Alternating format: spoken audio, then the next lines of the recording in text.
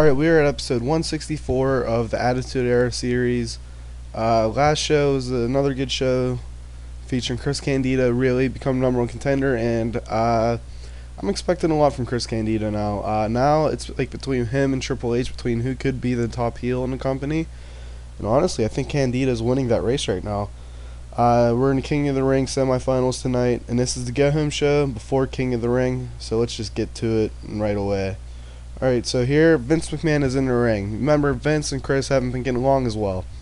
So Vince says, you know what, Chris, why don't you come out and shake my hand, and together we'll take down Stone Cold Steve Austin once and for all. Chris comes out and tells him go to hell. He doesn't need Vince's help. He doesn't want Vince's help. So Vince looks pissed as Chris leaves, and this just sets up an angle for later in the night. Following that, we have Taz defeating Brian Pillman with the Taz mission, going on to the finals in King of the Ring, and we'll see Owen Hart versus Rikishi later, and we'll be more about that here. This is The Rock apologizing to Rikishi, because you remember at WrestleMania 14, The Rock turned heel on Rikishi, Yokozuna, I think Ahmed Johnson, and he turned heel, and I figured this is a good way to call back to that and have The Rock apologize to Rikishi, you know, because, you know, he's like, you're my blood, and like, he'd be in his Rock way, he'd be like, you know what, Rikishi, we're blood, I'm sorry for what I've done to you in the past. I was trying to make a name for myself, and I did it at your expense. Sorry, good luck, kick Owen Hart's ass. I think that would be like a good way just to call back to that and show The Rock really turned. He's really a face now, but at the same time, this is Rikishi being, you know, their cousin, so, or whatever, however the hell they're related. I think it's just a good way to have The Rock get over a little bit, at more as a baby face showing sympathy, which is something he didn't do too much back then, and I think this would be a good way to show that. Also, I'm going to change that Rock picture, but I don't know, I kind of like it. Here we have D'Lo Brown and Godfather fighting backstage. Just a lower card feud featuring these two, nothing too special, and they will face one-on-one at King of the Ring. Right after that, we got Owen Hart defeating Rikishi by submission with the sharpshooter to go on finals in the King of the Ring for King of the Ring 1999. So it's going to be Owen Hart versus Taz. I don't know if we did that match already or not, but it's going to be, you know, the sharpshooter versus the Taz mission. That's why I had him win by submission. That's why I had Taz win by submission. And I figure that's a good way just to build up the submission part of wrestling. And I could see, you know, a certain you-know-who playing in with the ankle lock. But I'm not sure. I'm still trying to decide how Kurt Angle's going to come in, how Chris Jericho's going to come in, and so forth. So we get here Val Venus backstage cutting a promo on William Regal and Un-Americans, saying how, you know, he's been filming a new movie, and he will be like debuting it at the pay-per-view this Sunday. I figure this is a good way to show Val's back that way. He's kind of comedic, kind of serious, but we're really, you know, he's a solid mid-card wrestler, has room to grow, has room to stay where he is. It's just, I think, you know, Val Venus versus William Regal is going to be a little good mid-card match, an 8-10 minute match on the pay-per-view. Here we have Triple H and The Rock. It's, you know, The Rock's in the ring. He says how the corporation screwed him over. Ignore this shit. But, yeah, The Rock is in the ring. He's saying how the corporation screwed him over. He wants his title back. Triple H comes out and says, listen, you're at top of the mountain. You lost. We took you out. You go back of the line, and I am the next champion. And they go argue back and forth, and this leads to them agreeing to a one-on-one match this Sunday at King of the Ring. Triple H versus The Rock. Call back to, I think I had them fight last SummerSlam. They've just been feuding a lot, you know, the Nation versus DX. Now that our roles are reversed with The Rock as a face, Triple H as the heel. And like I said earlier in the beginning of the episode, Triple H and Chris Candido are fighting tooth and nail to become the lead heel. I still haven't decided yet.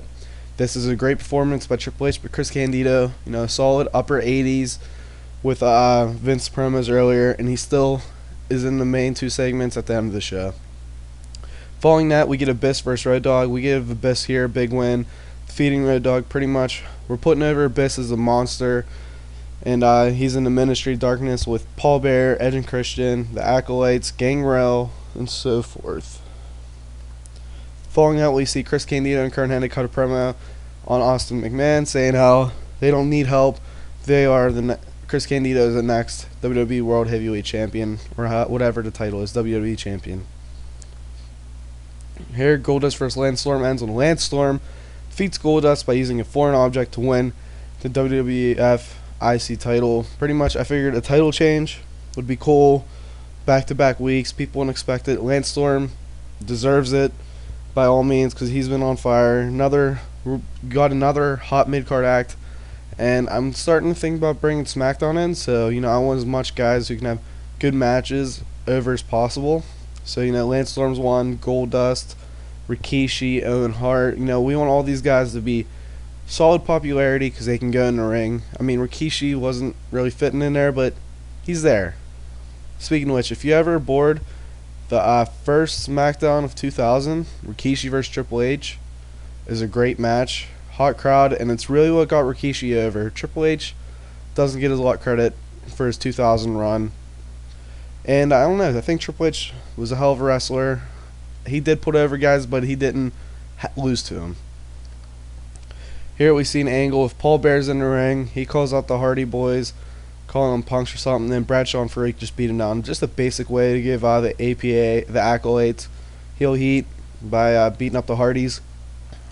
Nothing new, nothing special. Just a basic feud. That makes me forget. I wanted the Marvelous Ones to have a segment here because we don't have a woman on the show. Forgot about that. Damn it. Here we have Kane and X-Pac versus ENC in the main event match. Kane with a performance of 100. Kane and X-Pac, really excited to start this tag team. I believe this is their first match together. I love their run. I think WWE really screwed up by putting DX back together, break him up. And then X-Pac really, this is the end. X-Pac turning on Kane was the end of his run in WWE. People just hated him after that. The hate where they don't want to see him, they don't want to talk, they don't want to look at him, they don't want to watch him. They didn't appreciate who he was. So yeah, here we have Kane and X-Pac getting the first win as a tag team over Edge and Christian. And here we go to Stone Cold walking down stage. Just right before commercial, we see Stone Cold coming out with his title. He's dressed to fight, but he's not in his ring gear. It's a contract signing. Here, Vince McMahon hosts a contract signing. Chris Candido, 100 rating. Wow. Announcing job. These two are not weak announcers. So pretty much, Vince is in the ring. He hosts a contract signing. They sign it. They trade words. Stone Cold trades words to Candido. Candido trades words to Stone Cold. Vince is in the middle of it, pushing buttons and so forth. And then after that, Vince is talking shit, gets in Austin's face. Chris jumps Austin, and then out comes, Umaga and Ken Shamrock, and they beat up Austin. So we end the show with Chris Candido standing with Vince McMahon, holding the title up as Stone Cold is laying down on the mat, maybe bleeding, maybe not, but it's just that really swerved the crowd, having them think that Candido wasn't gonna rejected Vince's offer, but really in the end, he did accept Vince's help, and it just told a story throughout the show. Hell of a show. The lowest segment rating was 60 or 58, but those two segments combined were 10 minutes of a 2-hour broadcast, so take that any day of the week. Otherwise, phenomenal. Chris Candido really showing off. Him and Triple H back and forth. Right now, Candido's winning the race with the past pay-per-view or two with Stone Cold. I believe the score is 71-28. Me over W. I apologize. It's 72-28, not 73-28. Let's look at WCW. The Giant defeats Kevin Nash. Kevin Nash and Giant confrontation. Lex Luger defeat La Parka. Blanca over Disco Inferno. This should have been a lot more over. Surprise. Scott Hall taking Chuck Palumbo to a match of his life.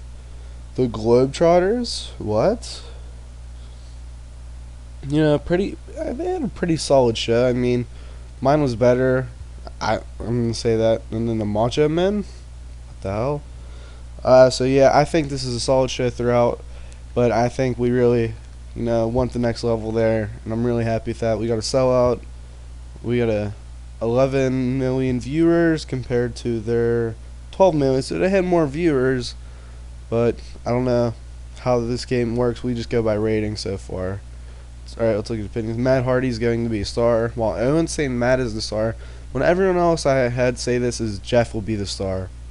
Bradshaw doesn't connect to fans. You should probably write him off. I think Bradshaw has legs. As you know, we're gonna have the APA around, and then maybe he can turn heel down the line if we're weak and we need him. I don't know. Wow, 2 people against Bradshaw. I wish that would affect the relationship. Like Taz has simmering tension with Bradshaw. Stone Cold has simmering tension with Bradshaw. Owen Hart friendship, or Matt Hardy becomes Owen Hart's protege. I think that's the next level of this game. I think that could happen if it continues to happen. We're only a couple months into playing it. I haven't played it that much as I wanted. And then Brian Pillman. Wow. Oh. Alright, let's look at JBL. That's 3 people. Alright, let's look. Reputation 92, respect 33. That's not a good reputation. Because you start out with 100. I wonder if that got affected. Others. Yeah, his reputation's been going down. It's weird. So, alright. His color commentary 64. It's about a D. Nowadays, I think everyone can agree upon that. His mic skills, improve immensely over the years. He's only 31 years old. His toughness, everything's solid. Solid psychology, solid basics, solid safety, consistent. His selling isn't great and he's not athletic, but it's fine. It's not flashy and the man can beat up people. Popularity wise, he's alright. Behavior, he's ruthless. No real relationships. And, he's not too much money. I don't know. I mean, he did take a big hit against the Hardys last week, so maybe that has to do with it. And he puts on good matches. I mean, they're not going to be the centerpiece of the tag division with the APA, but they're going to be veterans who can go, they always have room and so forth. What's it called?